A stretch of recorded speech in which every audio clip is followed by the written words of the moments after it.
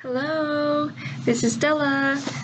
I'm at a hospital where I work as a student chaplain, and I've been busy today, this past week or last week, so I couldn't post up another video, but I remember that I wanted to not forget.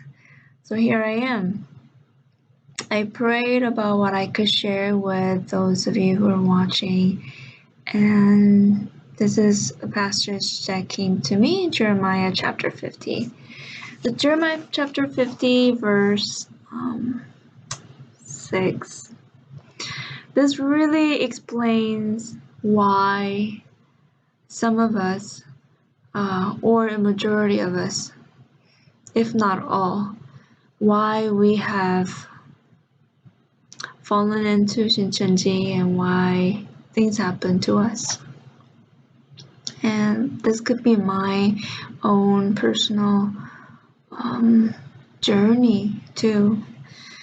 So it says, "My people have been lost sheep.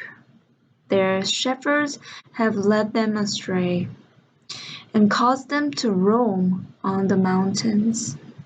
They wandered over mountain and hill and forgot their own resting place. Whoever found them devoured them. Their enemies said, 'We are not guilty.' Their enemies said, 'We're not guilty.' For they have sinned against the Lord, their true pasture, the Lord, the hope of their fathers."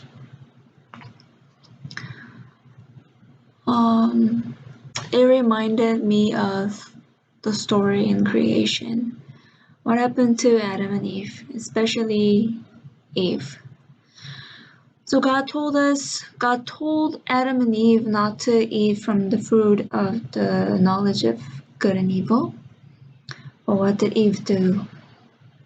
She was somehow separated from Adam and roaming around and happened to see this tree. And she found the snake who told her and tempted her to eat the fruit from the forbidden tree. The same way, I was roaming around. It is funny. You know how Shincheonji targets certain people. It's not just anyone or everyone, but mostly those people who are passionate about God, who want to know more about God, who are seeking for the truth, that they want to go. It's not anyone that Satan targets and attacks, but those people who really want to go closer to God. My people have been lost sheep. They've been roaming around, and whoever found them devoured them. Whoever found me devoured me when I was very unstable and vulnerable, spiritually shaking and unstable. And I thought I was doing the right thing, I was following it. And, it was very tempting. They're saying I will have the special truth, I will get to know the truth, the hidden truth, the revealed truth that only the chosen people get to have. When the truth was that our Lord, the hope of our fathers, like the verse 7 of Jeremiah chapter 50, their true pasture, the Lord, the hope of their fathers.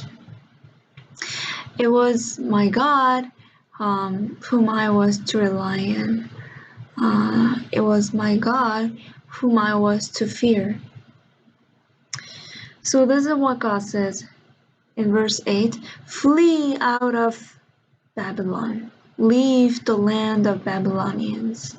Be like the goats that lead the flock, for I will stir up and bring against Babylon an alliance of great nations from the land of the north." Verse 14, "Take up your positions around Babylon, all you who draw the bow, shoot at her, spare no arrows." for she has sinned against the Lord.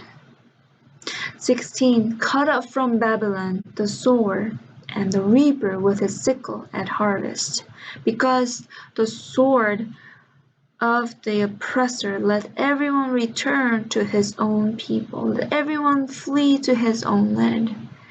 I'm so thankful that God doesn't just leave his lost sheep alone. He goes after the lost sheep. Remember the story where he goes after the one lost sheep when he has 99 other sheep waiting for him. He came after me. He came after you. He comes after you and your loved ones.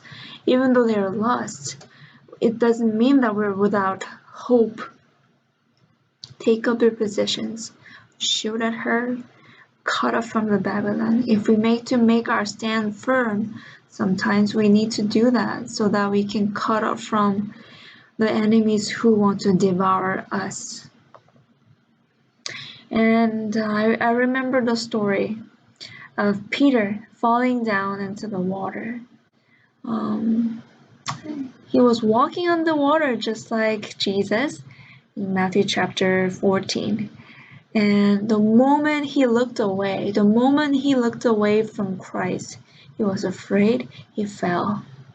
Do you know what Jesus did?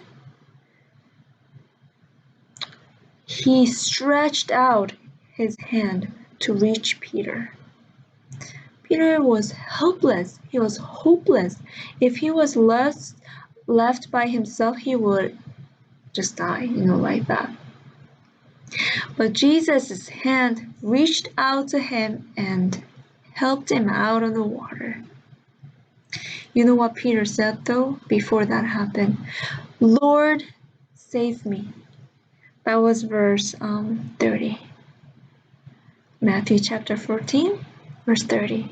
This is exactly what we need to call our Lord upon and say, Lord, save me.